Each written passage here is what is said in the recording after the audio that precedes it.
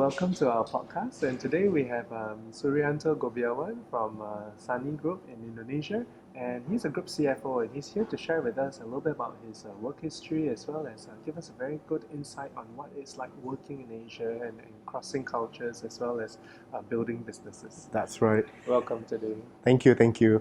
You may just refer me as Ryan. Okay, That's Ryan. easier for you and for the audience as well. Yeah, and today I'll be bringing some informations and the excitement that I have with dealing business, marketing, or even finance in Indonesia or Asia as a whole. Now, my background stems from working in Singapore for a good 15 years. And after that, I moved on to Indonesia to handle Huawei distributorship. And then the most recent professional undertaking would be Sunny Group with PT Sunny Makmur Perkasa and Jimac Group as well. I've been their group COO and CFO for the past 5 years. A dual COO and CFO Dual role, Okay, yes. maybe I'll have a chat with you a little bit about that later. Yes, sure. Okay. And in Asia, what have you been doing in terms of marketing and what is your passion here about? Okay. I stems from a background of marketing and PR, especially in terms of business strategy, in terms of how we operate to drive for growth and revenue in Asia, especially in Indonesia in the recent years. With my double role sitting on the CFO as well, I have been able to expose myself to the financial aspects of a lot of companies. Now, this has put me in a very good and strong position to take an in-depth look at how they are all interlinked together, because this is very important. How financial division supports the whole company in terms of its operations, expansion, growth, business strategies, and especially how it propels the marketing team to do what it needs to do in order to bring the company to another level. Wow, that's very interesting. In all your work, is there something? Okay, working in Asia, I know has its sometimes its pitfalls or it's a different way of operating. Do you have a story where maybe something didn't go right or it didn't go as well as you expected? Okay, there is this very interesting experience, I would say, that I have working in a technological company in Indonesia. We are a distributor company, so our main aim was to drive for revenue. Now, we were trying to get, being a technological company, one of the products that we market, before I go deeper into what we did basically, one of our products was a mobile broadband.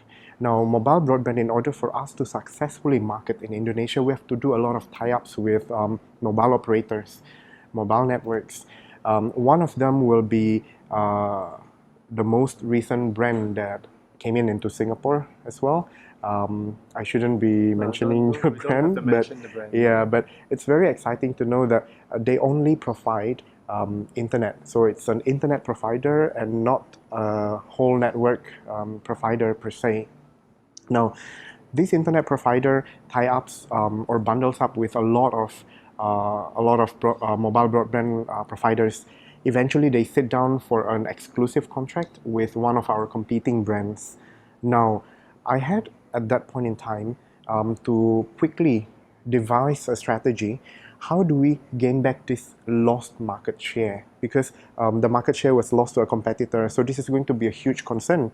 I mean, I wouldn't want, or you wouldn't want your market share to be lost to a competitor as well. So we need to get this back. Now, how do we get back the lost market share? What we did was to, well, I think in terms of technological devices such as mobile phones or broadband modems, we are all very familiar with the terms locking and unlocking. Yeah, meaning that that certain network provider or internet provider card will be tied up exclusively with that particular modem, and you have to unlock it to use it on a separate terms. Now, what happened is that they had an exclusive deal with our competing brand. Now, we need to grab back that market. Now, what we did was that we tried talking to them, tried to sell them our product, and of course, we failed. Yeah, we failed because they already did that exclusive contract. Now, But then that failure didn't come as something that really ties me down to the ground and says that, look, they have won the deal and there's nothing else we can do.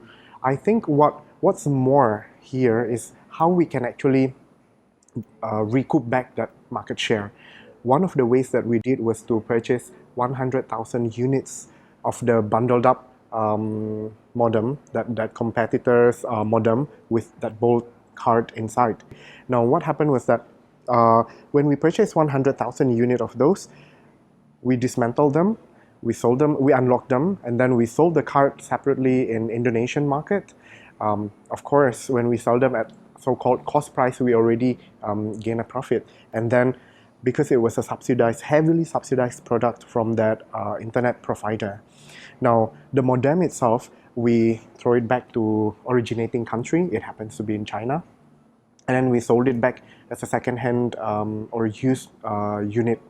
Now, even if we sell them at a used unit price, we already gain a lot of profit because of the subsidy, heavy subsidy that was given by that internet provider in Indonesia that was trying to break through the market. So let me summarize. You bought 100,000 units, you debundled it, Yeah. you sold away the internet access cards, Yeah. the mobile broadband, and the devices, you resold it in a different market as second-hand. Export market. And eventually you recoup the cost, the money you put in for the 100,000, and you actually made some. More than that, we actually made a profit out of it, but that's not the main point here.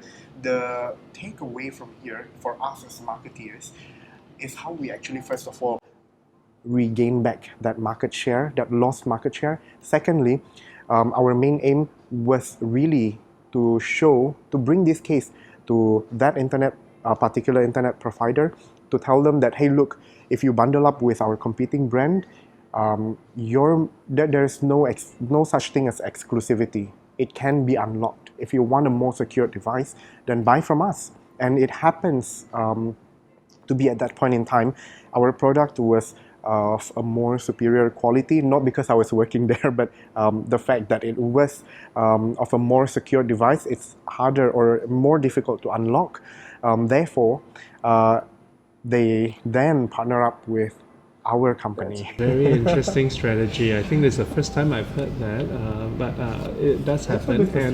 And for people all over the world, maybe something to note that it does happen in Asia. It does happen because when we talk about marketing, we do not just focus ourselves on marketing, branding, or PR. Well, we talk about integrated IMC, of course, integrated marketing campaign, tying up with PR. But then, as a marketeer, I think we are nowadays have to drive ourselves to think out of the box. We have to think along the business strategy line as well, not just branding or marketing. So let's bring it down quickly. If you had to say, if companies wanted to be successful in Asia, and you had to recommend one thing, one strategy, what would you say? Well, I would say that as a successful marketeer or business owners in Asia, more or less you will have to have a successful financier behind you, because this is where the kitchen of the company is cooking. Yeah, this is your kitchen. So without strong financier backing them up, I think it will be quite challenging. I'm not saying it's futile, but I'm saying it's challenging for them to think along the line of progress. They can, but of course it will be more challenging. If they have a financial mindset backing them up from that perspective, they can look along the line of double-digit growth, triple growth, or even 4x growth. And this is what is happening with the recent startups in Asia or in Indonesia per se. A lot of those unicorns, a lot of those startup unicorns are looking at double-digit, triple-digit, or even 4x growth and beyond.